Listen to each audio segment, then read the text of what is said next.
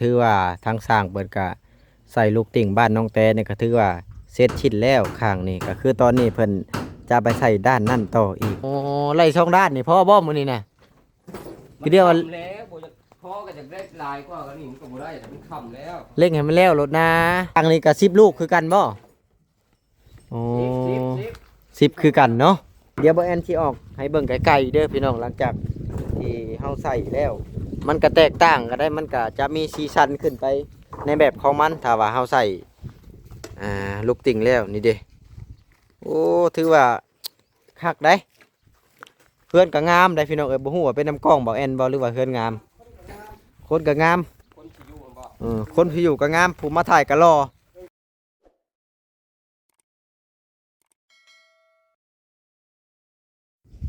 เอาพี่น้องก็ถือว่าทางสร้างเปิดก็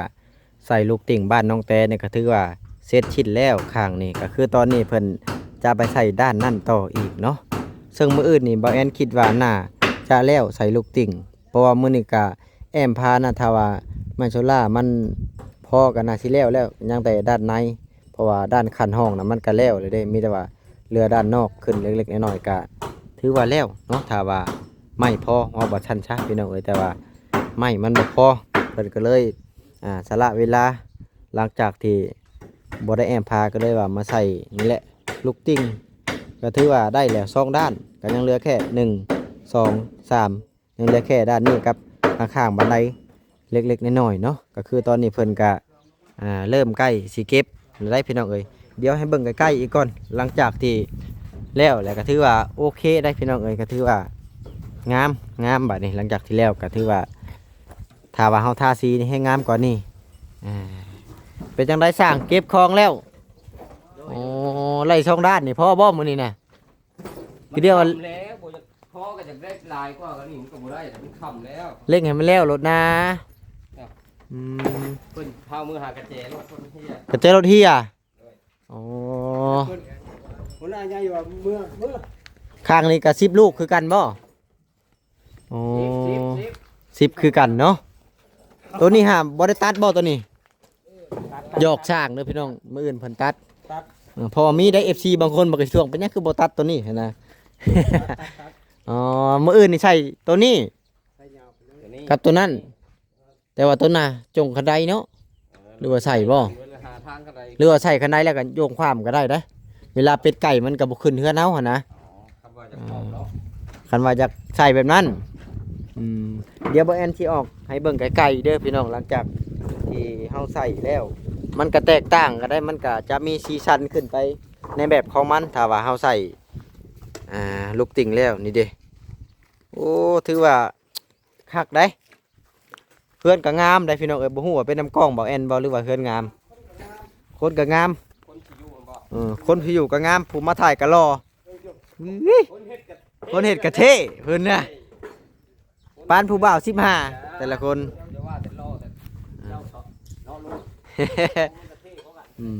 ทั้งลุงกับเท่คือกันทั้งแม่ตู้ตัวนี้ว่าวท้องเท่านี่เท่ทั้งนี้ยิ้มเป้ยโลด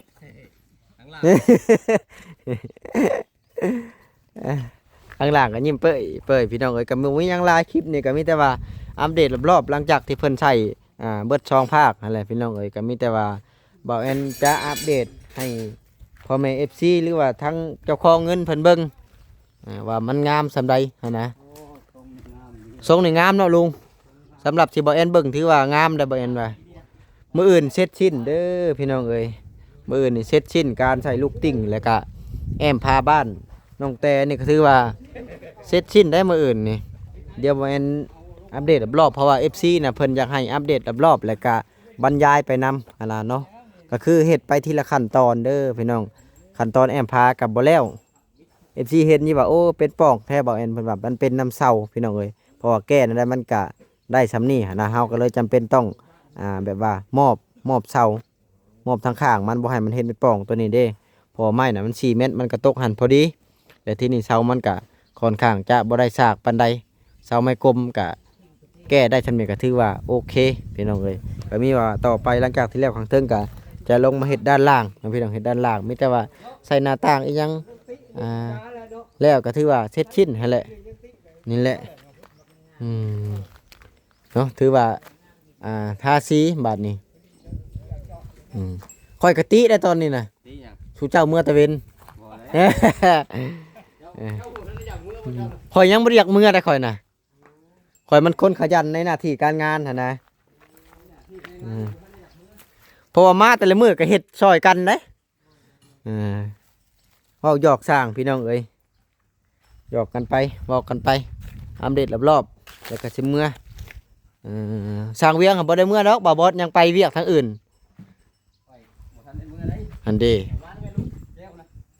ถือว่างามพี่น้องเอ้ยอัปเดตรอบๆแล้วก็ได้ให้เบิ่งทุกมุมคือการเฮ็ดห้องน้ำเนี่ยบ่ฮู้ว่าเพิ่นเฮ็ดบ่อนใดพี่น้องอยู่พี่บ่เพราะว่าเหตุผลที่บ่แอนเว้าออกไปเมื่อกี้นี่ FC ว่าโอ้บ่แอนทั้งจุลี่เพิ่นยังเฮ็ดห้องน้ำอยู่ได้ก็แม่นอยู่ว่าถ้าว่ามันทันน่ะนะพี่น้องเพราะว่าทั้งน้องติ๊กน้องมิกน่ะอยากมาในที่12นี่เพื่อสร้างเวียงเฮ็ดเรือนครัวเนี่ยก็โอ้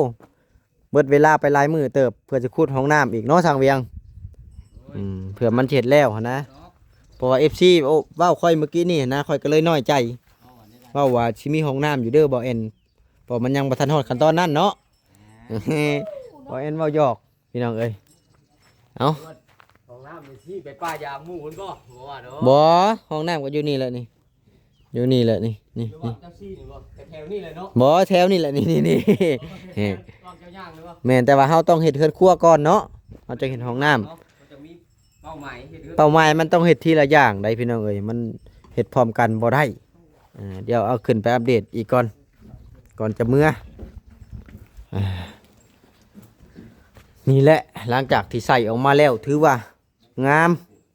ได้ข้างละ10ลูกพี่น้องเอ้ยโอ้แน่นได้ถือว่าโอเคเลยนั่งได้นี่แหละสิ่งที่ยังเหลือกะยังแต่ตัวนี้พี่น้องเอ้ยยังแต่แอมพาตัวนี้ถ้าว่าแอมพาตัวนี้ก็ถือว่าเสร็จชิ้นอันนี้ยังบ่ได้คิดว่าเสร็จชิ้นนะก็ยังต้องมืออื่นอีกมืออื่นนี่เพิ่นก็จะใส่ตัวนี้แต่ว่าตัวนี้ป้าไว้ก่อนเพื่อบันไดมีแต่ว่าใส่ตัวนี้นั่นแหละพี่น้องเอ้ยนี่แหละลูกติ่งก็ยังชำนี้ก็บ่ฮู้ว่าสิพอบ่ถ้าว่าบ่พอก็น่าจะได้ซื้อมาอีกก็ถือว่าหลังจากที่ใช้แล้วก็ถือว่าแน่นพี่น้องเอ้ยเพราะว่าเหล็กตะปูกับเหล็กตะปู10นี่แหละสิ่งที่ยังบ่ทันแล้วนี่เนาะพี่น้องเนาะอันนี้น่าจะเป็นห้องของน้องแต่ตัวนี้นี่น่าจะเป็นห้องของน้องติ๊กน้องมิกถ้าว่าเพิ่นมาพักอยู่ในนี้ก็บ่ฮู้ว่าเพิ่นสิมาพักบ่ถ้าว่าผิดพลาดประการใดก็ขอโทษขออภัยนำพ่อแม่พี่น้อง FC ปาลุงไว้ล่วงหน้าเด้อแต่ว่าตัวนี้น่ะยังบ่ทันเอาลงเนาะถือว่างามได้ชั้นนี้ก็ถือว่าโอเคเลยพี่น้องไม่กลมเพราะว่าเฮาก็ค่อยดัดค่อยแปลงไปนี่เด้เศษที่มันยังเหลือกะเท่านี้แหละที่มันใช้บ่ได้ก็เพราะว่าหลายๆคนว่าคือว่าบ่ใช้ที่แน่เพิ่นว่ามันเว้าเรื่องงบประมาณพี่น้องเอ้ยไม้นี่มันก็แพงถ้าว่าหน้าใหญ่แฮงแพงเพราะว่าเพิ่นยังจะเฮ็ดเรือนครัวต่ออีกเด้เพิ่นเฮ็ดเรือนครัวตัวนี้เพิ่นก็ยังจะทำการใช้ไม้หลายๆสิ่งหลายๆอย่างตัวนี้ก็ยังเหลือแค่แผ่นหนึงตัวนี้ก็ถือว่างามหลายหลังจากนั้นทาสีเบิดนี่โอ้ยแฮงงามกว่านี้ขนาดบ่ทันทาสียังงามเนาะยายงามแฮงบ่เจ้าก็อยากได้อยู่บ่ ได้แล้ว คันได้แฮงดีเลยเนาะ ดู นี่เด้ทางเฮือนทางยายเราก็อยู่กับหลานแต่ว่าลูกเต้าเจ้าไปใช้ยายข่อยขอถามเลยยังบ่ฮู้จักได้ ลูกเห็นบ่ แม่น มันอึดลูกบ่มีลูก มีลูกจักคนสรุปแล้ว 2 คนบ่เท่านั้น ยังมีชีวิตอยู่บ่ ยังมีชีวิตอยู่ แต่ว่าเพิ่นไปใช่ซะ เขาไปแต่เขา ไปสร้างครอบครัวเขา เขาบ่ได้ลูกกับเมียเท่าแล้วผู้นั้นก็40แล้วเขาบ่ได้ชวนน้ำผู้หญิง 40เพิ่นเป็นกระเทยบ่ ผู้โกกหาบ่ได้กระเทยคนบ่มักลมคน คนบ่มักลำคนกระเทย บ่มันก็เป็นแต่ว่าเป็นหมู่ชวนไปแล้วปากสั้นแล้วผู้นี้ก็คนหันอยู่นกลละเวียดไม่ได้ดี แต่ว่าบ่หานมา และอีกผู้หนึ่งเด้ ผู้หนึงเลยอยู่ลักหก ไปยัง เอาเพิ่นจับ ไปฮ่องกงโอ้เพิ่นไปเที่ยวฮ่องกง ไปเฮ็ดหัวแล้วหมู่เพิ่นไปเต็มอยู่ในเฮือนนี่เด้หมู่ไปเต็มอยู่ประชบเขาอันไปเฮ็ดหัวอยู่หยังแล้วเขาเลยจับเอาเบิด เพิ่นไปเที่ยวฮ่องกงพี่น้องเอ้ย สาธุลูกเอ้ยมันก็บ่ได้อันนั้นอันนี้แม่บ่มีเงินบ่ทายเอาอยู่ในนี้แล้วก็มันก็อยู่สำบายอยู่ดอกไปคุณก็ได้ แต่เพิ่นอยู่หั่นแหละ โดยป้าหัน5 ปีอ่ะก็ได้8เดือน สรุปแล้วผู้น้อยนี่ลูกผู้ใดซะ ลูกผู้อันที่ ลูกผู้อยู่ฮ่องกงหั่น โดย ไปใช้น่ะ โ ซอยแบบนี้ไปกิน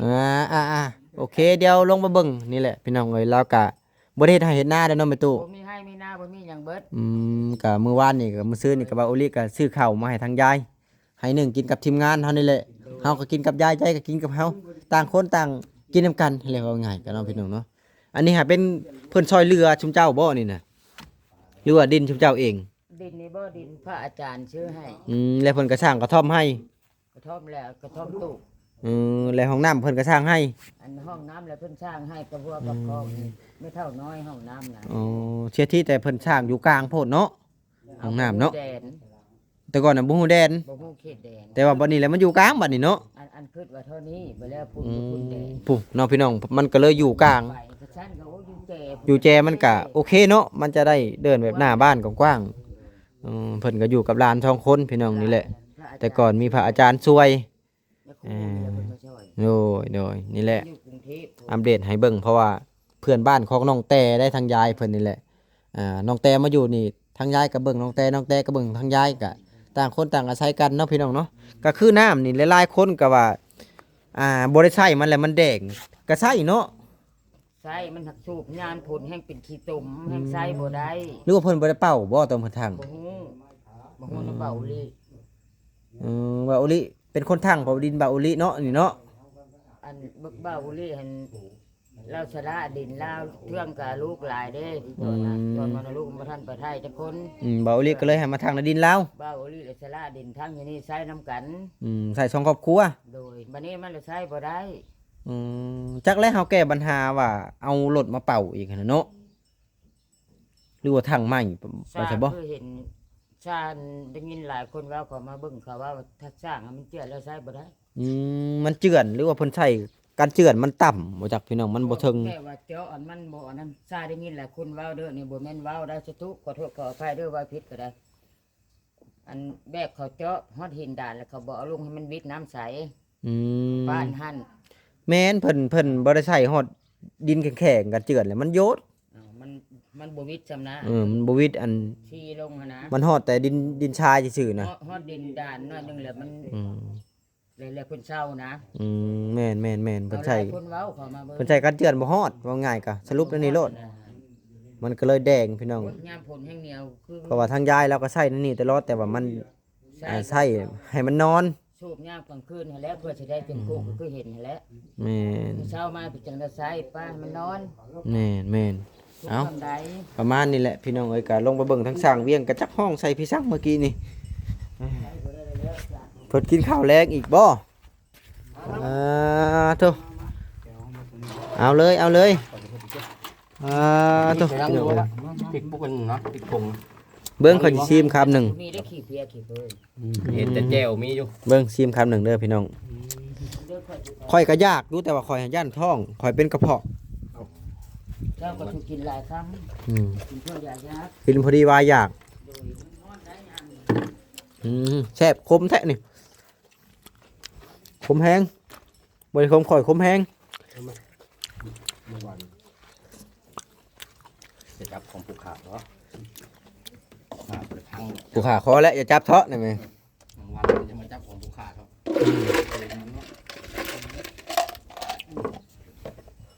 4 โมงปลายได้นี่เนาะบ่งั้นก็อยู่ค่ำได้พี่น้องเอ้ยแต่ละมื้อ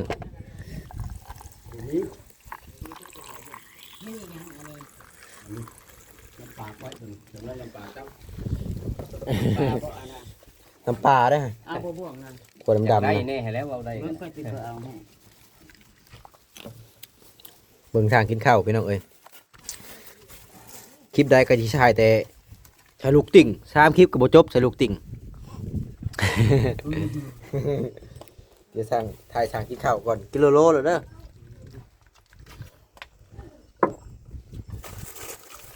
เอาจริงที่บอกเฮาว่าโลหาเฮามันคนหยอกกัน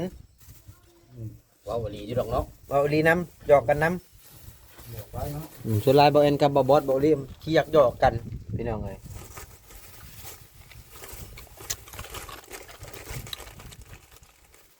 แบทเบาเอ็นกำลังจะเบิดซีรีส์ ไปใช้กันดิ แจ้งมาบอก เบิดตัวนั้นเบิดแล้วบ่เนี่ย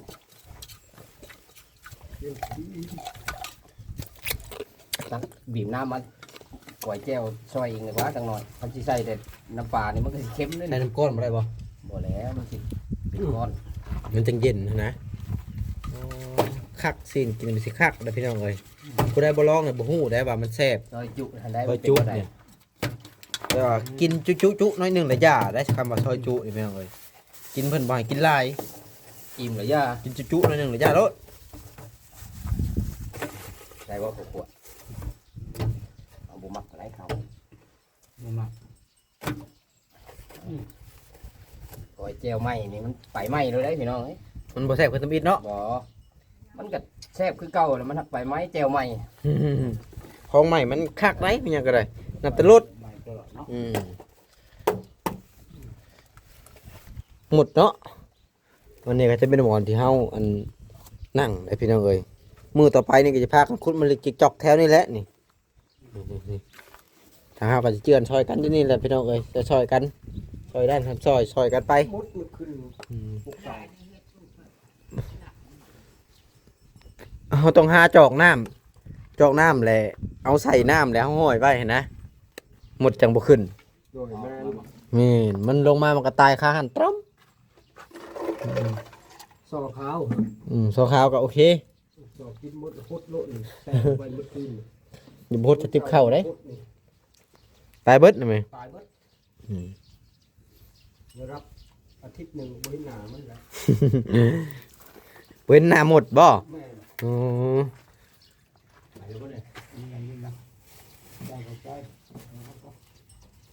เอาพี่น้องเอ้ยก็ประมาณนี้แหละสำหรับคลิปนี้ก็บ่มีหยังละก็อัปเดตเวียนไปเวียนมาอยู่นี่แหละ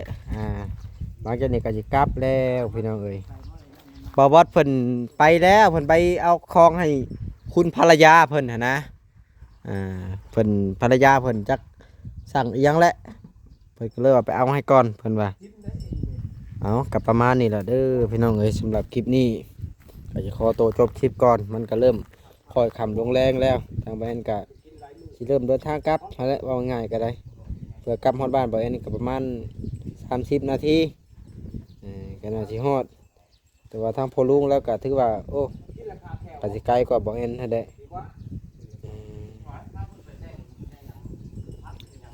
เอาก็จังได้กับฝากพ่อพี่น้อง FC เบิดสู่คนฝากไปติดตามมื้ออื่นเนาะแต่ว่าสำหรับมื้อนี้ก็เบิดเท่านี้แหละพี่น้องเอ้ยทางสร้างเพิ่นก็หยุดเลยเด้